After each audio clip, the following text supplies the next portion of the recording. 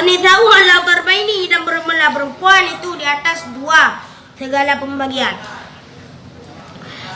Dah nomor 2. Taibati wa abkarin. Dan bermula perempuan itu 2 pembagian. Urinanya ada 2 buah bagian. Bagian yang kepun adalah janda dan perawan. Nyambak. Fal bikru, maka bermula perawan. Yajuzu lil abi wal jaddi ijbaruha ala nikahi. Boleh bagi bapa dan kakek memaksanya urinang yang bikir di atas nikah. Haji nanti urinang perawan dari datang. Katanya apa galak goyan. Tapi ada yang dek kata ngeluh mukroa han betu.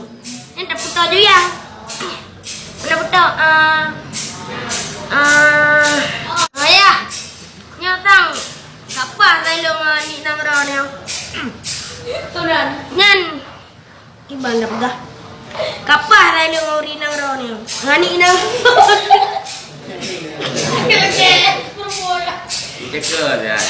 Nganu uri nang ro ni. Manyo haite anda lelaki mana? Oh haite.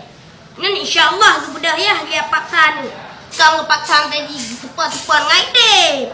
Maksud berpaksa. Mah kate teman ngabang je. Mai mah kate tak trep ka kerja ber wayan. Padu na kerja ber.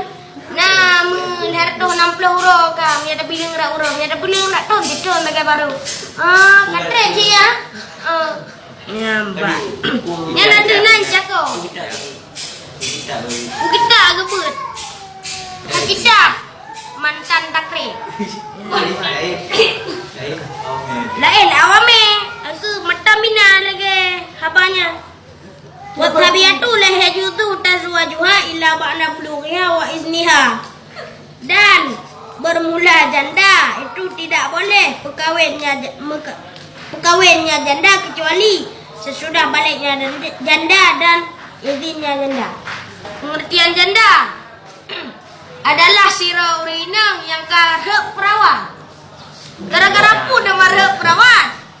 Misalnya kalau mengkawin dengan lelaki lain, dah kepupuk seketek. Ya, ambat. Nya adalah dengan cara yang halus. Dan punya cara yang harum adalah di bagla lai dengan ka ni kena dilai dengan. Yang gekun adalah mengari. Ya. Keju je lagi. Dah hanya dah pengkawin jandanya kecuali sesudah baliknya dan izinnya.